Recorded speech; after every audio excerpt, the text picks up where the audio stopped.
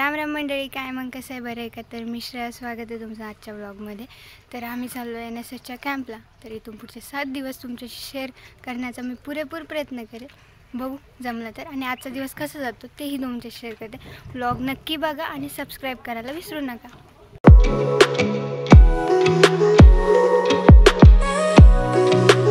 मंडळी, आम्ही चाललो आहे आमच्या स्टेशनला, म्हणजे राजुरीला.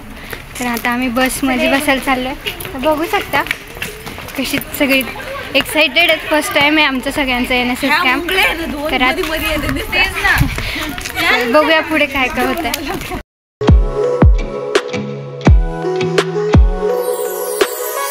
अखिल भारतीय ग्राहक पंचायतीचे मध्य महाराष्ट्र राज्याचे प्रांत अध्यक्ष बंडी साहेबजी ओके साहेब, त्याचप्रमाणे ग्रामपंचायत सदस्य रमेश पाटील आवडी, साकीरभाई चौगुले, सामाजिक कार्यकर्ते निलेश घडवळे, त्याचप्रमाणे पंडामुक्ती अध्यक्ष मंडळी मुलीची आवडी, माझे अध्यक्ष मंडळी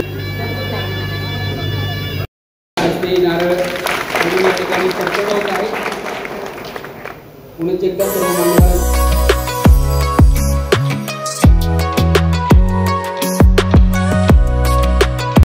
इथे पोलीस काकांनी सुरक्षेबद्दल आम्हाला खूप गायडन्स केलं.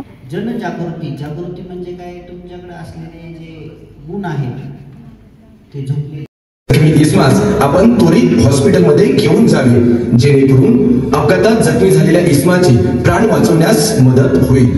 महामार्गावर अपघात झाल्यानंतर ट्रॅफिक जाम झाल्यावर रॉंग साइड लेनमधून ओव्हरटेक करून वाहतूक कोंडी करू नका. यावेळी आपण सुजाण नागरिकांचे कर्तव्य, जे की वाहतूक कोंडी सुरळीत होण्यासाठी पोलिसांना आवश्यक ती मदत करावी. वाहतूक पोलीस आपले मित्र आहेत. आपल्या समोर अपघात झाला किंवा अपघात झाल्याची माहिती संबंधित पोलीस स्टेशन किंवा महामार्ग पोलिसांना विना विलंब कळवावी. हे कर्तव्यदक्ष, सुजाण व सजग नागरिकांचे कर्तव्य.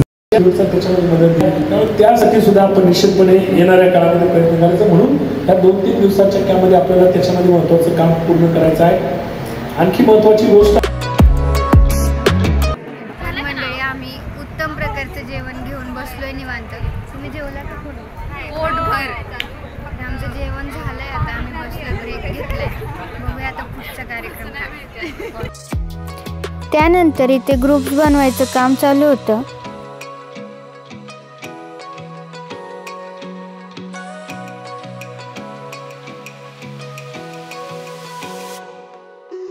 रात्रीच्या व्याख्यानाची तयारी सुरू झाली. आपण ते कसं लोकांपर्यंत पोहोचवतो. आता बऱ्याच लोकांकडे बऱ्याच डिग्री असतात, बऱ्याच गोष्टी असतात, पण बोलताच येत नाही, एक्सप्रेसच करता येत नाही. किंवा काही लोकांकडे काहीच नसतं, पण बोलता एकदम छान येतं. मग ती मुलं पुढे जातात किंवा ती लोक समाजात दिसतात. त्याचं कारणच हे आहे की डिजिटल लिटरसी याची माझा काहीच संबंध आला नाही. आणि हीच खरी भारतीय शिक्षणाचं जे आहे ती वेगळ्या प्रकारची ओळख आहे. तुम्ही ज्या क्षेत्रामध्ये आता काम करताय, शिकत आहात, करिअर त्या क्षेत्रामध्ये घडेलच असं अजिबात नाही. जरी चुकून गेला तर जे विद्यालयात शिकवलं जातंय, जे शाळेमध्ये शिकवलं जातंय ते उपयोगी येईलच असं काही नाही. या ताईने तर सबस्क्राईब केलं, तुम्ही करताय ना?